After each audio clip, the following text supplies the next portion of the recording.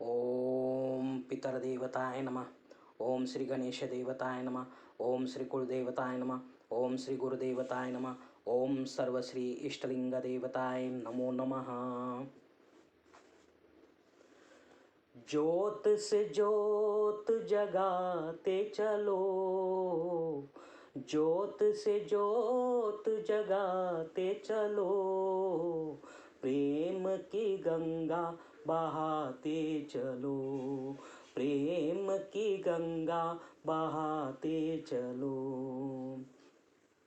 राह में आए जो दीन दुखी, राह में आए जो दीन दुखी, सबको गले से लगाते चलो, प्रेम की गंगा बहाते चलो. शिवशनाथ मित्रांनो, मी कडाप्पा परत एकदा आपल्यासमोर हजर आहे. माझ्या धर्मकरम चॅनलमध्ये आपले सहर्ष स्वागत करीत आहे. मित्रांनो, महाराष्ट्राची संत परंपरा या साखळीमध्ये आज मी आपणास महान संत श्री ज्ञानेश्वर माऊली यांच्या जीवनचरित्रासंबंधी काही थोडक्यात माहिती सांगणार आहे.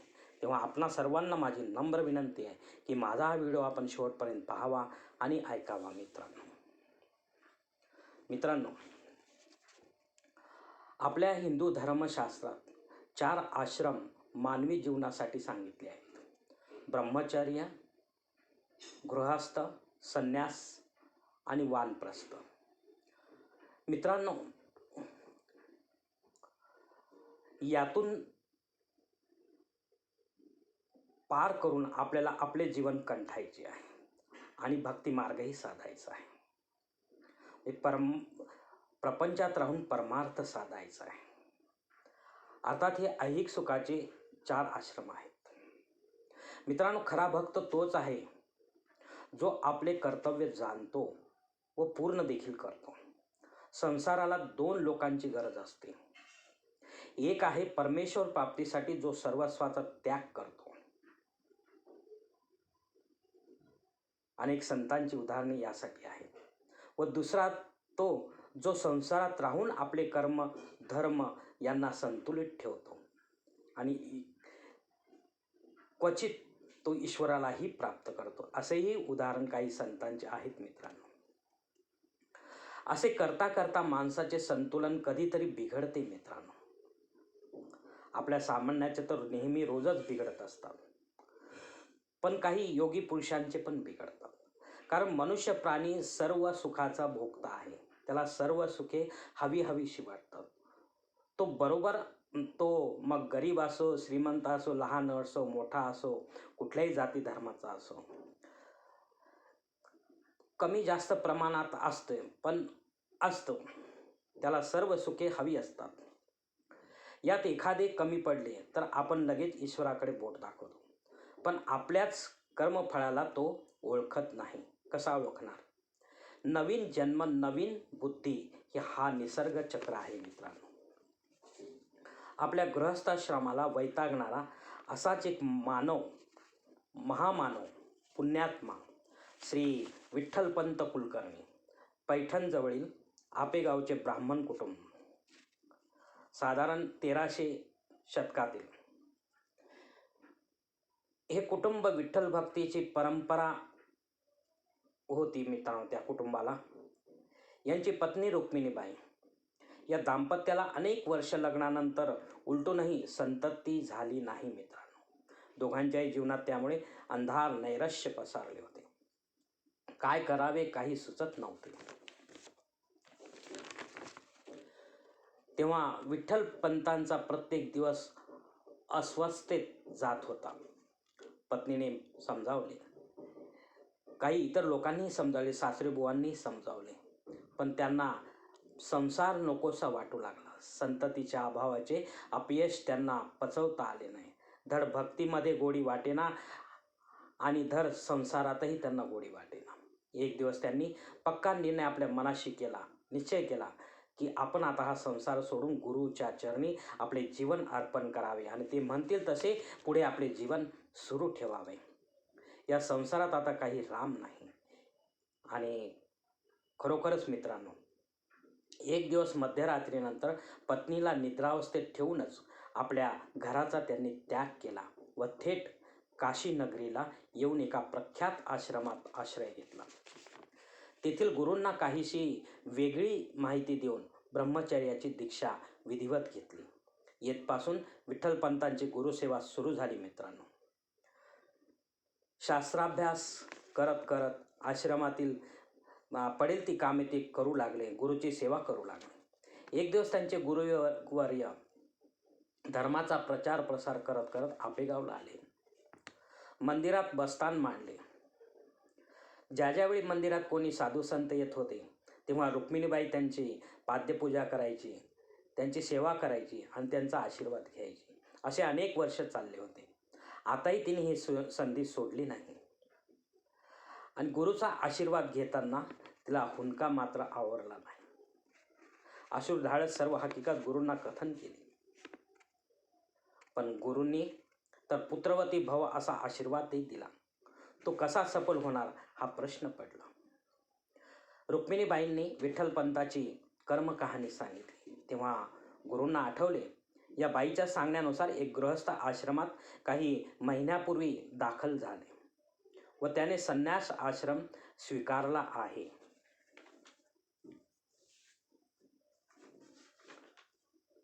गुरूंच्या लक्षात सर्व प्रकार आला.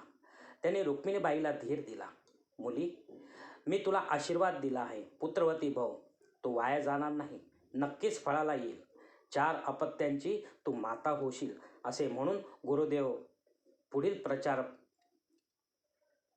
थांबून काशी नगरीत आपल्या आश्रमात आले. विठ्ठलपंतांना त्यांनी बोलावले. गुरुला खोटी माहिती देऊन संन्यास आश्रम आपण सुरुवात केली, याचे प्रायश्चित्त आपल्याला घ्यावे लागेल. बाकी ईश्वरावर सोडतो. माझी आज्ञा आहे की आपण संन्यास आश्रम सोडून परत गृहस्थ आश्रम स्वीकारावा. आपल्या घरी परत जा, पत्नीची क्षमा मागा व दोघांनी परत नव्याने संसार सुरू करा. आपली इच्छा पूर्ण होईल असा माझा आपल्याला आशीर्वाद आहे. विठ्ठलपंतांना काहीच बोलण्यासारखे राहिले नाही.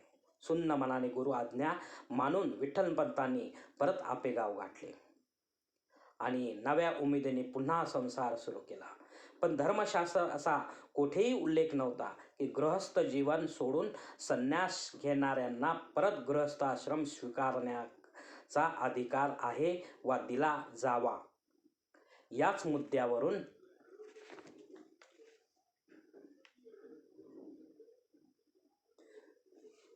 सर्व ब्राह्मण समाजाने विठ्ठलपंत व त्यांच्या पत्नीला समाजाबाहेर राहण्याचा सल्ला दिला.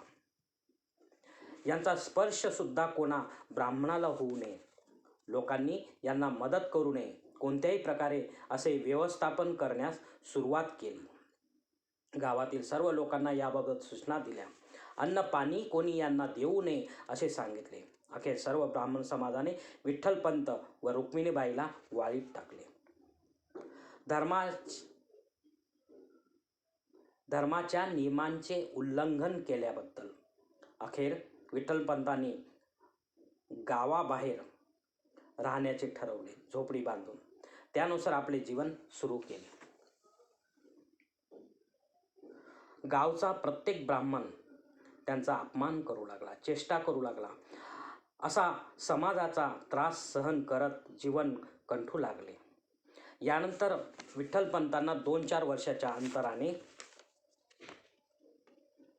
एकूण 4 अपत्ये झाली. निवृत्ती, ज्ञानदेव, सोपान आणि मुक्ताबाई. या दरम्यान विठ्ठलपंतांनी ब्राह्मण सभेला अनेक विनंत्या केल्या. आम्हाला परत समाजात घ्या. आम्ही ब्राह्मण आहोत. मुलांची मुंज होणे आवश्यक आहे. माझ्या अपराधाला माझ्या क्षमा करा.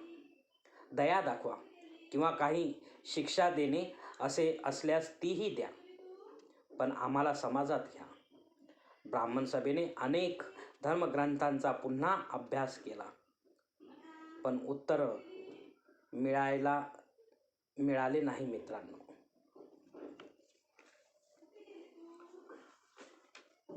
मित्रांनो, काशीच्या गुरूंचा आशीर्वाद शेवटी खरा ठरला. विठ्ठलपंतांनी गृहस्थाश्रम संन्यास आणि परत गृहस्थाश्रम स्वीकारल्यानंतर त्यांना एकूण 4 अपत्ये झाली. या विधिलिखित घटना होत्या मित्रांनो. तेथील सुखाची प्राप्ती मानवाला झाली नाही तर तो नाराज होतो. संसारापासून जीव नकोसे वाटायला लागते. म्हणून विठ्ठलपंतांनी संन्यास घेतला होता. पण नियतीला काही वेगळेच अपेक्षित होते. भरकटलेला, मलिन झालेला हिंदू समाजाला परत धर्माचे महत्त्व पटवून द्यायचे होते. नाथ संप्रदायाला दयाचे महत्त्व सांगायचे होते. नवीन वारकरी संप्रदायाचा पाया रोवायचा होता. अर्थात या 4 भावंडांमार्फत हिंदू धर्मात आणखी बळकटी आणायची होती. ती झाली नसती जर विठ्ठलपंत संन्यासातच राहिले असते तर. ढोंगी धर्माधिकारी समाज उघडा पडला असता. त्यांचे प्राबल्य आणखी वाढले असते. म्हणून आपल्या विठ्ठलपंतांना दोष देऊन चालणार नाही मित्रांनो, योग्य नाही. आपण त्या स्तराची नाहीत किंवा त्या स्तराची बुद्धी आपली नाही. आज आपण विठ्ठलपंत व रुक्मिणीबाई यांच्या 4 अपत्यापैकी ज्ञानदेवांच्या जीवनचरित्रासंबंधी विचार करणार आहोत मित्रांनो. ज्ञानदेवाचा जन्म श्रावण कृष्ण अष्टमी शके 1197 इसवी सन 1275 रोजी आपेगाव, जिल्हा औरंगाबाद, पैठण शहराजवळ झाला होता. यांचे मोठे बंधू निवृत्ती तर धाकटे भावंडात सोपान मुक्ताबाई होते. आपेगाव हे गोदावरी नदीच्या काठी वसलेले आहे मित्रांनो. पुढे विठ्ठलपंत तीर्थयात्रा करत करत आळंदी येथे स्थिरावले. पण समाजाला ते पाहवले नाही. एका संन्यासाची मुले या भावंडांची हेटाळणी सर्वजण करू लागले मित्रांनो. येता जाता तिरस्कार करू लागले. ब्राह्मण कुटुंबासून देखील परित्यक्त ब्राह्मण म्हणून कुटुंबाला वाळीत टाकले. एकदाचे गावाबाहेर झोपडी बांधून राहू लागले मित्रांनो. विठ्ठलपंत व रुक्मिणीबाई आपल्या 4 मुलांसह त्र्यंबकेश्वरला गेले.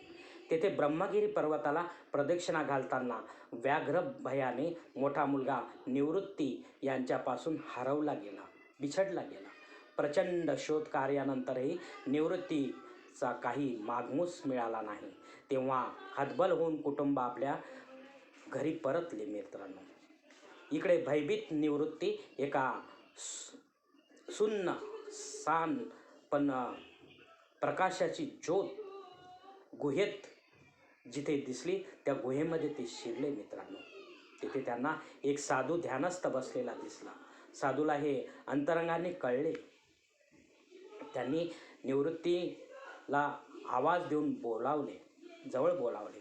जवळ बसवले. निवृत्तीची पात्रता त्यांनी ओळखली आणि सर्व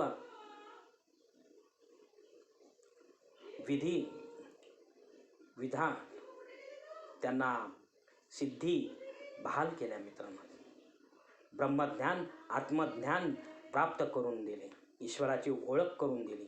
निवृत्तीचे या साधू संत महात्म्याला अर्थात गहिनीनाथांना आपले गुरु केले. निवृत्तींनी विधिवत नाथपंथांची दीक्षा ग्रहण केली.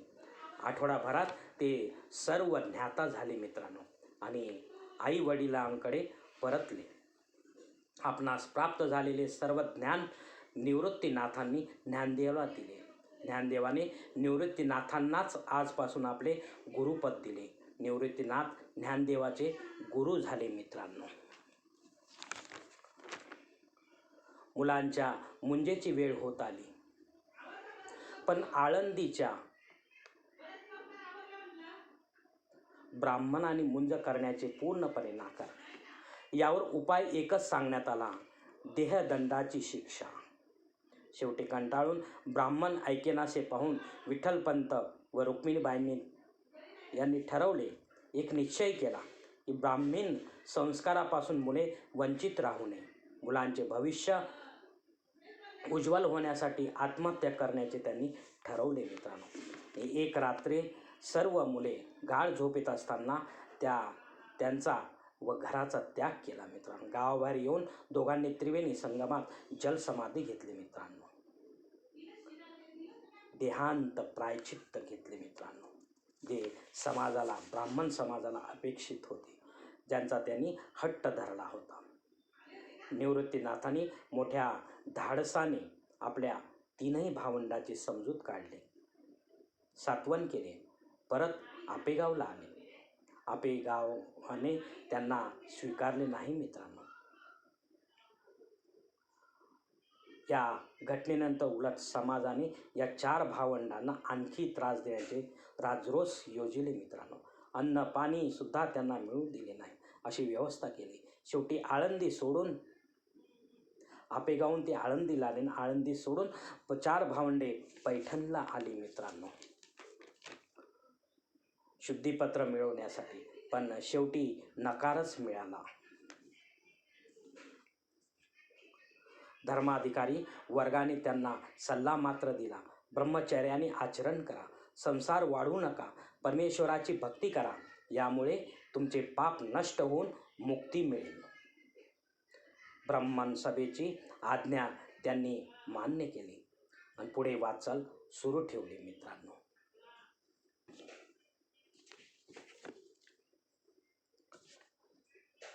ज्ञानेश्वरांनी मात्र आता आपली विद्वत्ता दाखवण्यास सुरुवात केली. भिक्षा मागून आपल्या भावंडाचे पोट ते भरू लागले.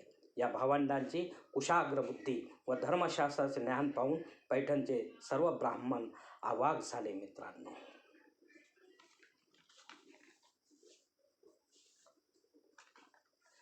एकदा काय झाले मित्रांनो, एका ब्राह्मणाने 4 भावंडापैकी ज्ञानदेवाला त्याचे नाव विचारले. ज्ञानदेवाने आपले नाव सांगितले. दुसरा ब्राह्मण म्हणाला, नावात काय आहे? समोरून येणाऱ्या रेड्याचे नाव देखील ज्ञाना आहे, पण पखाली वाहण्याचे काम करतो. ज्ञानदेव म्हणाले, त्याचा आणि माझा आत्मा एकच आहे. तिसरा ब्राह्मण कुचेष्टेने म्हणाला, मग रेड्याच्या तोंडून वेद वदवून दाखव. आता दाखवतो. म्हणून ज्ञानदेवाने रेड्याच्या मस्तकावर हात ठेवला. तोच रेड्याच्या तोंडून वेदातील ऋचा बाहेर पडू लागल्या मित्रांनो. जवळ असलेल्या सर्व समाजाने हा चमत्कार पाहिला व ज्ञानदेवाला शरण गेले. आणखी एक अशीच घटना आहे मित्रांनो. पुढे नेवासे येथे आणखी एक प्रकार घडला. एका मृतदेहाजवळ त्यांची पत्नी, जो मृत व्यक्ती झाला होता त्याची पत्नी आक्रोश करू लागली. ज्ञानदेवानी मृत व्यक्तीचे नाव विचारले. त्या पत्नीने आपल्या पतीचे नाव सांगितले, सच्चिदानंद. यावर ज्ञानदेव म्हणाले, या सच्चिदानंद नावाचा माणूस प्राणत्याग कसा काय करू शकतो? म्हणत त्यांनी सच्चिदानंदाच्या पार्थिव शरीरात स्पर्श केला. तोच पार्थिव देहात चेतना निर्माण झाली व तो मृत व्यक्ती उठून बसला मित्रांनो. बाईला खूप आनंद झाला मित्रांनो. ते दोघेही ज्ञानदेवाला शरण गेले. ज्ञानदेवानी ज्ञानेश्वरी सांगितली व या सच्चिदानंदाने ती लिहून काढली. असे महान कार्य त्याच्या हातून करून घडले मित्रांनो. अशी ही कथा आहे. येथेच ज्ञानदेवाची गीतेवर मराठीतून ज्ञानेश्वरी लिहिली. यालाच भावार्थ दीपिका असेही म्हणतात. नेवासा आता तीर्थक्षेत्र बनले. पिंडी ते ब्रह्मांडी या तत्वाचे विवेचन यात केले मित्रांनो. बुद्धिमान, धर्मशास्त्र ज्ञान संपन्न 4ही भावंड होती मित्रांनो.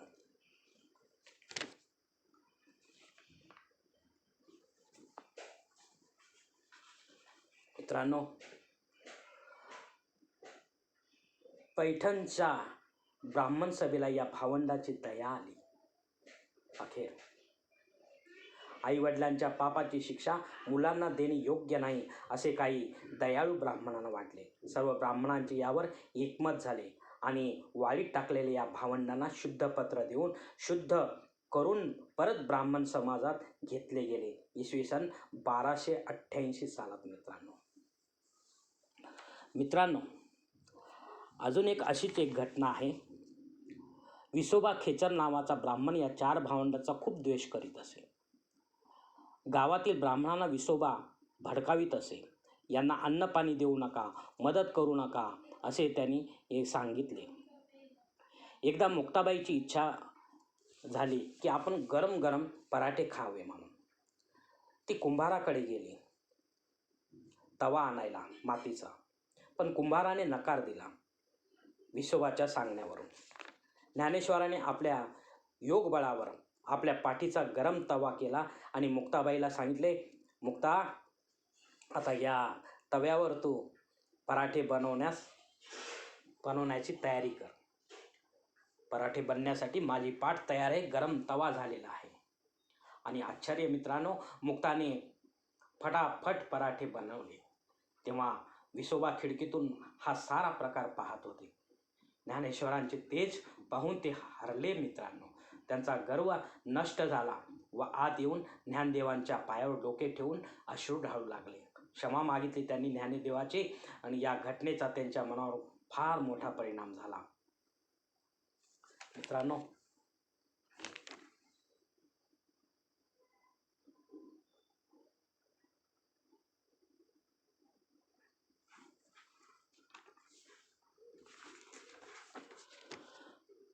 चांगदेव, अजून एक घटना अशी आहे. चांगदेव हे योगी पुरुष आपल्या योग सामर्थ्याने 1400 वर्ष जगले. यांचे गुरु वटेश्वर तापी पूर्णा नदीच्या तीरावर चांगदेव गावच्या जवळच्या वनात ते तपस्या करीत. एक दिवस ज्ञानदेवांची कीर्ती त्यांच्या कानी पडली. तेव्हापासून ज्ञानदेवाला भेटण्याची आसक्ती त्यांची वाढली. त्यापूर्वी एक पत्र लिहावे असे त्यांना वाटले, पण पत्रात काय लिहावे? ज्ञानेश्वर लहान होते, पण वयाने लहान असले तरी कीर्तीने महान होते. या संभ्रमात त्यांनी कोरेच पत्र ज्ञानदेवाला पाठवले आणि परिणामी योगी असूनही कोरेच पत्र ज्ञानदेवाला पाठवले. योगी असूनही चांगदेवात आत्मज्ञानाची व गुरुकृपेची कमतरता असल्याचे निवृत्तीनाथांना लगेच कळले. त्यांनी शिष्य ज्ञानदेवाला सांगितले की चांगदेवाला पत्र लिहा म्हणून. ज्ञानदेवानी 65 पानी पत्र लिहिले चांगदेवांना. हेच पुढे चांगदेव 65 म्हणून प्रसिद्ध झाले. मित्रांनो, या दोघांची भेट ठरली. योगी चांगदेव वाघावर बसून आले तर ज्ञानदेव व इतर भावंडे निर्जीव अशा जुन्या भिंतीवर बसून आले. भिंतीला त्यांनी आदेश दिला आणि भिंतीवर बसून ते स्वार झाले आणि भिंत सुरू झाली. मित्रांनो, असे पाहताच चांगदेवांना धक्का बसला. आपण वाघावर आणि हे निर्जीव एका भिंतीवर बसून आले म्हणजे त्यांनी या व्याघ्रासन सोडून तात्काळ ज्ञानदेवाचे पाय पकडले. मित्रांनो, आणि पश्चातापाचे अश्रू त्यांच्या डोळ्यात जमा झाले. नाथांच्या आज्ञेने मुक्ताबाईंनी चांगदेवाला आपले शिष्य बनवले. अशा प्रकारे 1400 वर्षाचे योगी राजाचे गर्वहरण 16 वर्षीय ज्ञानदेवांनी केले. मित्रांनो, पुढे ज्ञानदेवांनी संत नामदेवासोबत भागवत धर्माची अर्थात वारकरी धर्माची पताका झळकवली आणि प्रचार प्रसार सुरू केला. विसोबा खेचर, चोखोबा, संत गोरोबा, जनाबाई आदी संत मंडळी सोबत घेतल्या. संत सावतामाळी, संत नरहरी सोनार देखील होते.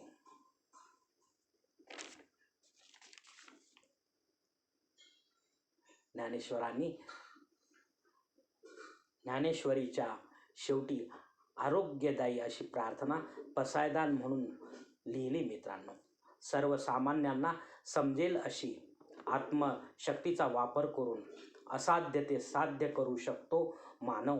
जगाच्या कल्याणा संतांच्या विभूती याचे प्रात्यक्षिक त्यांनी सामान्य जनांना दाखवले.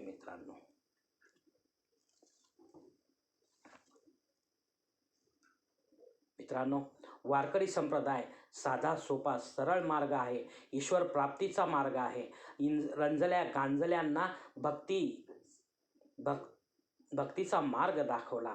ज्ञानदेवांनी अध्यात्म अंतरंगाला जागे करते झाले, चैतन्य निर्माण केले त्यांनी. चैतन्य म्हणजे आत्मा, परमात्मा, ज्ञानदेवांना विश्वरूपाची अनुभूती आली मित्रांनो, आणि त्यांनी ती जगाच्या कल्याणासाठी वापरली. पसायदान निर्माण झाली. हरिपाठात त्यांनी रामकृष्ण हरी हा उघड मंत्र सांगितला. हरिमुखे म्हणा, हरिमुखे म्हणा, पुण्याची गणना कोण करी. देवदर्शनाने देवाप्रती मनात भाव उत्पन्न होतो मित्रांनो. या भावातूनच भक्ती प्रकट होते. याच भक्तीचा देव भुकेला असतो मित्रांनो. परमेश्वराच्या स्मरणाने मन आणि चित्त कर्मठपणापासून परमेश्वर लांब राहतो. त्या भक्तांचा शुद्ध भाव हवा असतो. अहंकारी मनाला काहीच साध्य होत नाही मित्रांनो. सांसारिक मोहमाया आपल्याला सुटत नाही. आपण करा सोडवण. संसार बंधन तोडा वेगी असे ज्ञानदेव आपल्याला आपल्या अभंगातून सांगतात मित्रांनो.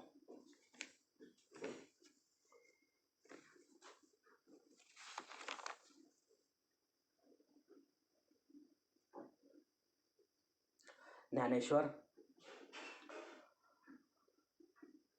माऊली आपल्या 15-16 वर्षाच्या काळातच त्यांनी भागवद्गीतेवर टीका लिहिली मित्रांनो, ज्ञानेश्वरी म्हणून. या ग्रंथाला भावार्थ दीपिका म्हटले आहे. हिंदू वैष्णव धर्मांचा हा फार मोठा शास्त्रमान्य ग्रंथ ठरला मित्रांनो. यानंतर या ग्रंथामध्ये 800 ओव्यांचा अमृतानुभव ग्रंथही लिहिला यांनी. यानंतर हरिपाठ लिहिला. योग वशिष्ठ टीका व चांगदेव 65 हे त्यांचे प्रमुख ग्रंथ आहेत मित्रांनो. मराठी भाषेचा त्यांना अभिमान होता. मराठी भाषेची त्यांनी फार मोठी महती गायली मित्रांनो. ज्ञानेश्वरीत त्यांनी ज्ञानयोग, भक्तियोग व कर्मयोग समजावून सांगितला आहे. सोप्या पद्धतीने 9000 ओव्यांचा हा ग्रंथ माऊलींनी 1290 लिहिला मित्रांनो आणि पूर्ण केला. अमृतानुभवात त्यांनी विशुद्ध तत्वज्ञानाची प्रचार केला. जीव व ब्रह्म ऐक्य यात सांगितले आहे मित्रांनो. चांगदेव 65 मध्ये त्यांनी 1400 वर्षे गर्वहरण करणाऱ्या चांगदेवाचे गर्वहरण केले. त्यांना उपदेश केला. 65 पानी पत्र त्यांना लिहिले. हे पत्र म्हणजेच चांगदेव 65 वय. यात अद्वैत सिद्धांत याचे दर्शन होते मित्रांनो. हरिपाठात हरिनामाचे महत्त्व सांगितले. चांगदेवाला मुक्ताबाईने दीक्षा दिली. गुरु दीक्षा.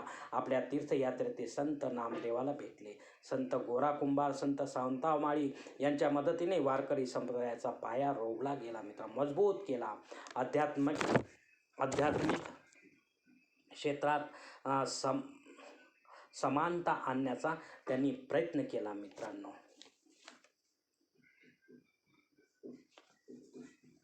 माऊलींनी आपल्या वयाच्या 21व्या वर्षी संजीवन समाधी इंद्रायणी नदीच्या काठी आळंदी गावी घेतली मित्रांनो. इंद्रायणी काठी, इंद्रायणी काठी, इंद्रायणी काठी, देवाची आळंदी लागली समाधी, लागली समाधी ज्ञानेशाची हो, ज्ञानेशाची. इंद्रायणी काठी, इंद्रायणी काठी, इंद्रायणी काठी, इंद्रायणी काठी. शके 1218 मध्ये त्यांनी समाधी घेतली मित्रांनो. यानंतर 1540 मध्ये येथे भव्य समाधी मंदिर बांधण्यात आले. दरवर्षी आषाढी एकादशीला आळंदी ते पंढरपूर ज्ञानेश्वरांची पालखी पंढरपूरला विठ्ठलाच्या भेटीला जाते मित्रांनो. ज्ञानदेवांनी समाधी कार्तिक कृष्ण त्रयोदशीला घेतली होती मित्रांनो, इसवी सन 1296 मध्ये गुरुवार रोजी. आणि मित्रांनो, उद्याच तो दिवस आहे. कार्तिक कृष्ण त्रयोदशीचा. मित्रांनो, समाधीच्या अगोदर माऊलींनी चंद्रभागेत स्नान केले आणि विठ्ठलाचे दर्शन घेतले. विठ्ठलाच्या समोर ते सद्गतीत झाले. आपले कार्य आता संपले आहे. आता मी आपल्या निज गावी जातो. आता माझे समाज उद्धाराचे काम संपले आहे. मी समाधी घेतो आहे, अशी आज्ञा त्यांनी विठ्ठलाची घेतली. माऊलींच्या समाधीनंतर मित्रांनो, वर्षभरातच त्यांच्या तीनही भावंडांनी अर्थात निवृत्तीनाथ, सोपान व मुक्ताबाई यांनी देखील समाधी घेऊन आपली जीवन यात्रा संपवली. मित्रांनो, अशा महान संतांना, ज्यांनी फार कमी वयातच, आपल्या बालवयातच समस्त संसाराला भक्तीचा मार्ग दाखवला, वैष्णव धर्म समजावून सांगितला, वारकरी संप्रदाय संपवून सांगितला, तसेच नाथ संप्रदायही समजावून सांगितला. कोणत्याही मार्गाने गेलात तरी शेवटी माझा विठ्ठलच आपल्याला भेटणार आहे, अशी त्यांनी ग्वाही दिली. तेव्हा आपण कितीही ज्ञानेश्वर माऊलीचे गुण गायले मित्रांनो, तरी ते कमीच आहेत. माझी इच्छा होती की या योगावर माझे इतके व्हिडिओ झाले तरी मी अजून संत माऊलीवर एकही व्हिडिओ मी बनवू शकलो नाही, आणि आज तो योग आला मित्रांनो. त्यामुळे त्यांच्या समाधीस्थानी, त्यांच्या पायावर शत कोटी आपले जीवन, आपले जन्म जरी आपण अर्पण केले तरी त्याची सर येणार नाही किंवा आपली योग्यता साध्य होणार नाही मित्रांनो. असेच वर्णन मला करावे लागेल. धन्यवाद मित्रांनो. आजचा हा ज्ञानेश्वर माऊलींचा जीवनचरित्रासंबंधीचा व्हिडिओ मी याच ठिकाणी संपवत आहे. आपण जर माझ्या मतास सहमत असाल तर कृपया माझे धर्मक्रम चॅनल सबस्क्राईब करा, लाईक करा, आपले कुटुंब मित्रपरिवारासह शेअर करा. तसेच कॉमेंट्स बॉक्समध्ये आपले मत अवश्य नोंदवा मित्रांनो. आणि माझा पुढील व्हिडिओ आपल्यापर्यंत पोहोचण्यासाठी बेल बटन अवश्य दाबा मित्रांनो. धन्यवाद मित्रांनो. पुढील भेटीपर्यंत आपण खुश राहा, आनंदी राहा, प्रसन्न राहा. शिवकल्याणम. हरिओम शिवा महादेवा.